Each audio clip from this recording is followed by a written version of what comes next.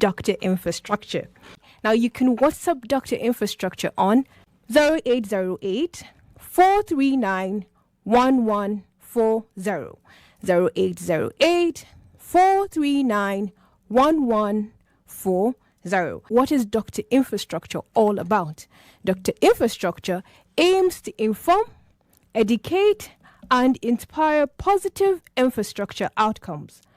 Our goal is to share optimized solutions for infrastructure delivery. In today's show, we would be joined by another PPP expert from the United States to share his wealth of experience.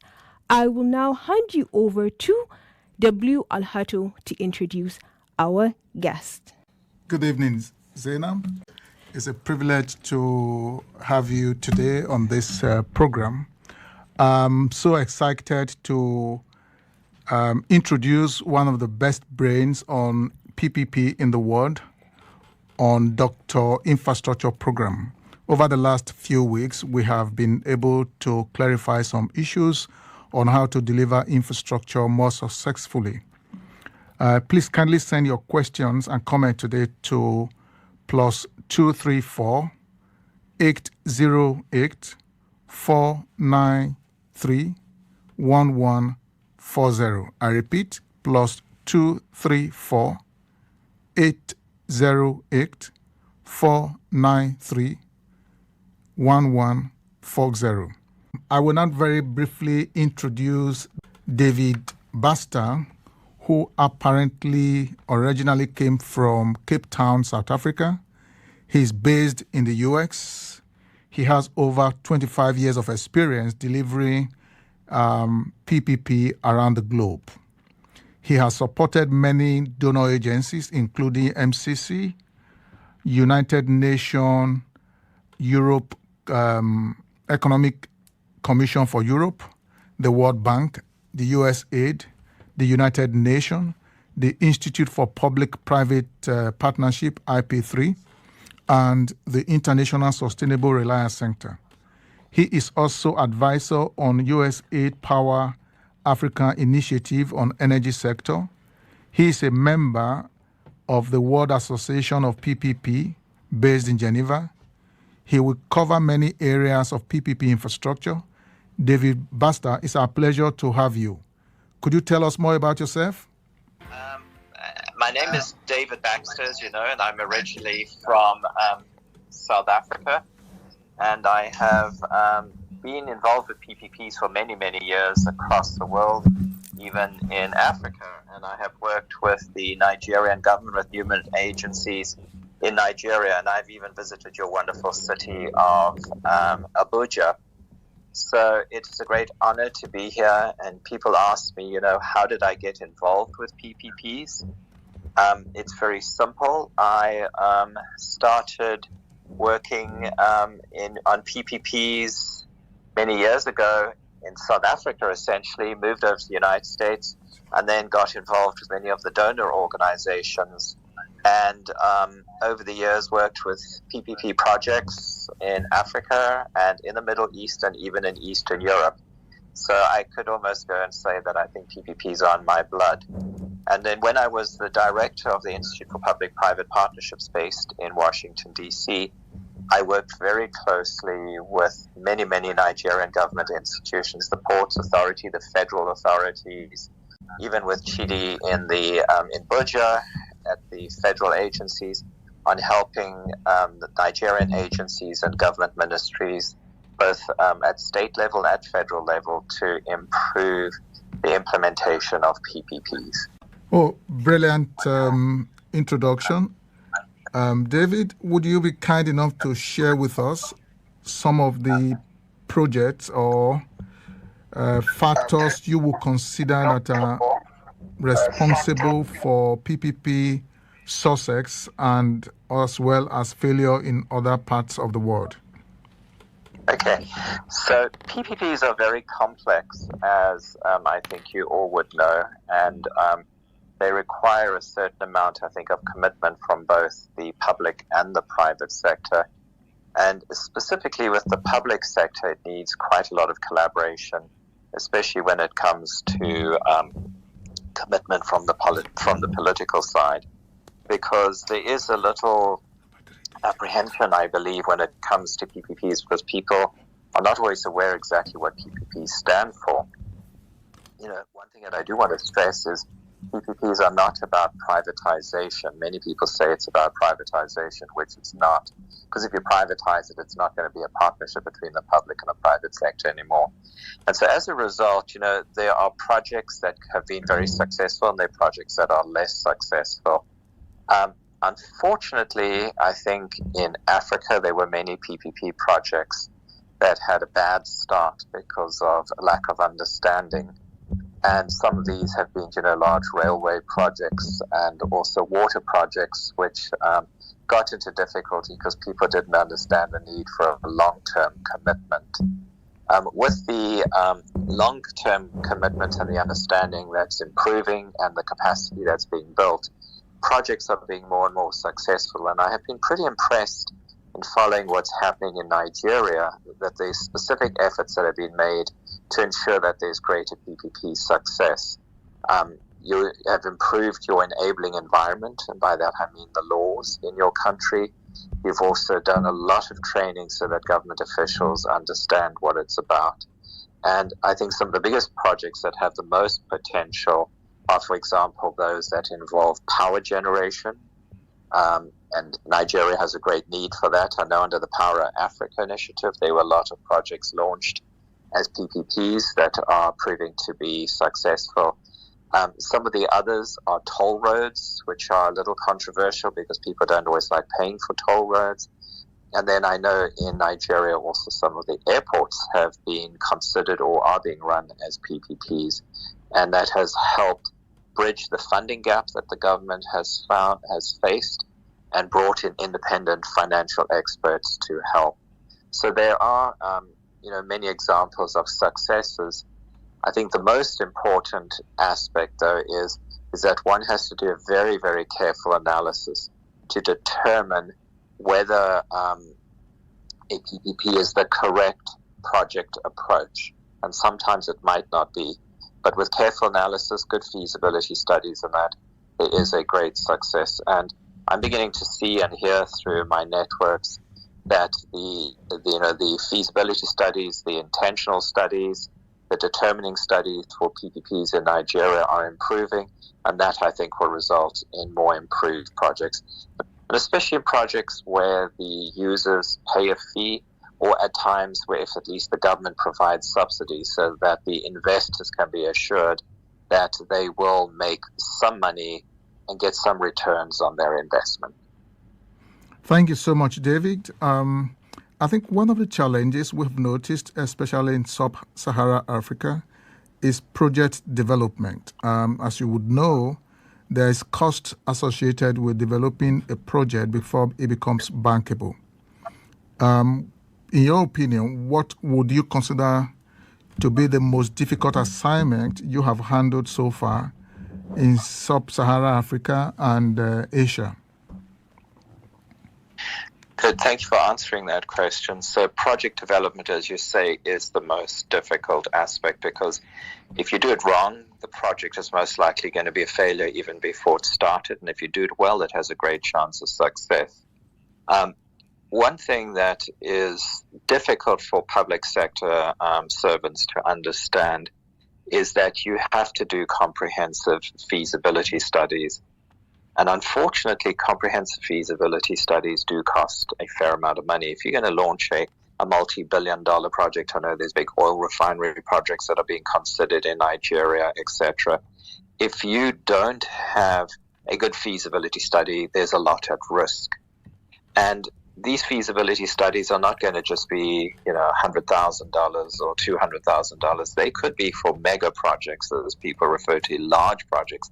Could be in the range of maybe even $1 million or $2 million. And then the question always arises, who's going to pay for it? Everyone's excited about PPPs, but they're not necessarily excited about paying for the feasibility studies.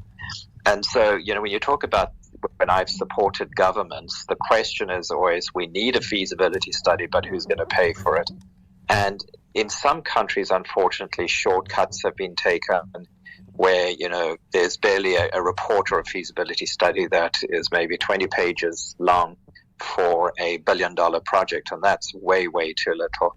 Because if the feasibility study isn't done, there's going to be a very poor understanding of the risk associated with the project. And if there's a poor understanding of risk, investors are going to be very nervous or cautious about entering into the project. So the challenge is always, how do we get these feasibility studies done? How do we find people to pay for it? And how do we ensure that all the risks to the projects are identified? And this is not unique to Africa, as you said, Wilson. This can also be experienced in Asia, where I've worked, in Southeast Asia. So, my advice is, if you are going to launch a PPP project, but you're very concerned about the feasibility study and who's going to pay for it, there are different ways that you can finance or fund that feasibility study.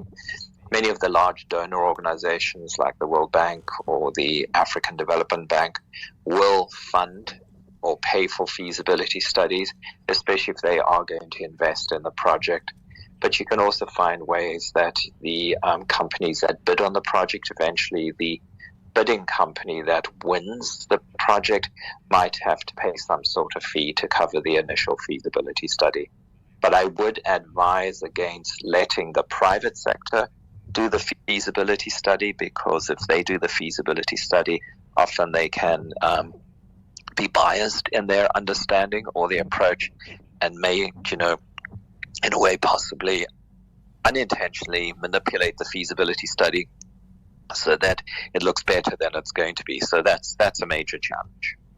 All right. Now, you have the opportunity to actually join in on the conversation by sending your questions and comments to 0808 439 1140. 0808 439 1140. Hello, David. You Yes. gave a brilliant answer to the question. As you can imagine, the Africa experience with PPP infrastructure is not fully developed, because the infra market in Africa is still going through metamorphosis. In your opinion, what would you consider to be the way forward for PPP infrastructure delivery to achieve more positive outcomes? I think, there are a number of things that can be done. In the first place, governments really, have to develop a priority list of projects that are going to be feasible in a number of ways. And by that, I mean commercially feasible and financially feasible. If they don't have that feasibility option, then, that's going to be at risk. So, one of the things that governments, I think, need to understand is that it's not always best to do a PPP project. And often ministries are under pressure from political leadership because promises have been made about, that PPPs will be done, and people don't understand the time that it takes as well. And that's the next issue. So if you're going to do careful planning for PPP projects, and you're going to do a good, competitive and transparent procurement process, you are going to be looking at 2+ years for the whole initiative, from the vision being created all the way through to the project being launched. So there's no shortcuts that can take place there. So better planning, a very clear decision on whether PPP is viable, and then a comprehensive way to do the procurement is important. And when I say competitive procurement, it's important to engage with the public sector, with the private sector. And so market outreach opportunities to reach out to investors and talk about the projects can help governments. It can also help governments if they understand what types of sectors the private sector is interested in investing in. I've heard on numerous occasions, we launched a procurement and no one bid. Well, possibly because there was no market interest in that, or there wasn't the expertise for that to occur. And then there's one thing that I feel very strongly about is that, over the years, many Africans have been trained to understand what PPPs are about. They've become certified PPP experts in that. And I think that, if African governments could engage with local people who have trained and understand the context of the market and understand the skill sets that are needed and understand the players, is a greater success for projects. It always fascinates me when I see these project teams and there's no one from the country on it where the project's being done. So I think we as Africans need to stand up and say, we do have understanding, we do have expertise, let's use it. But obviously the expertise still needs to be expanded and more people need to be trained. I think it's critically important also that governments consider building effective PPP units, whether it's at a ministerial level, at a state government level, or a national level, that can guide and help steer government institutions through PPPs, because some of them might only do one their whole time. Yes, following up with your last comment, last week on this program, we actually gave a methodological approach which will enable PPP to be better delivered with improved mechanism. And we used the Kigali Water Project, which was widely celebrated by World Bank as a successful PPP project. Yes. Based on the kinds of work that we do here on Dr. Infrastructure Program, which is merely to inform, educate, and inspire positive outcome in infrastructure delivery, what would be your advice to the team that is powering this program, which you have graciously offered your wealth of experience today? I think, it's important to talk across Africa to different countries and hear what their experiences were, learn what their success factors were, and also learn what their failures were. Some of the best lessons that can be learned are through failures, because then we learn how not to do that or not to repeat that same mistake. You will find in many African countries, especially in North Africa as well as in Southern Africa, there are countless examples of PPPs that have been implemented. So don't think narrowly within the context of your country, but reach out to other countries, maybe even have delegations, visit other countries, or invite somebody from another government's PPP unit to come and, give their advice or share ideas on what they did well and what they did badly, so that everyone can learn. Sometimes PPPs is a skill that you can learn the theoretical, but the practice is an art. And so, finding people who also have really worked on projects can be very, very helpful. And I would just say, when people ask me what have I learned most about PPPs, I've learned one thing, is that I never know enough. Interesting. We're almost coming to the end of the program for today. David, if you were to advise Nigeria PPP professional to deliver better and more improved positive outcomes, what would be your single advice? I think, understand the risks. That's really important, because one of the biggest challenges with PPP projects is allocation of risk to the parties that can best handle it. We sometimes are creatures of bad habits, and we try and avoid understanding risk, or we don't want to share risk because we're scared that would compromise the project.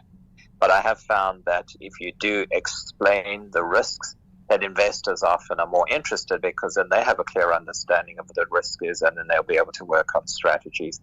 The other is, once a project is launched, to avoid political interference. And also the most important thing for PPP success is the public sector needs to realize that once it's launched a PPP project and it technically hands the project over to the private sector, it still needs to monitor and evaluate the performance of the private sector. You can't walk away and come back in 30 years' time and say, okay, tell me how the project went. So you do need to have public sector or civil servants, experts who are monitoring the projects. We've actually come to the end of the show. Now, if you do have any questions or observations and you want to get in touch with Dr. Infrastructure, you can contact Dr. Infrastructure via WhatsApp on 0808 439 1140. 0808 439 1140. Until next week, thank you for listening.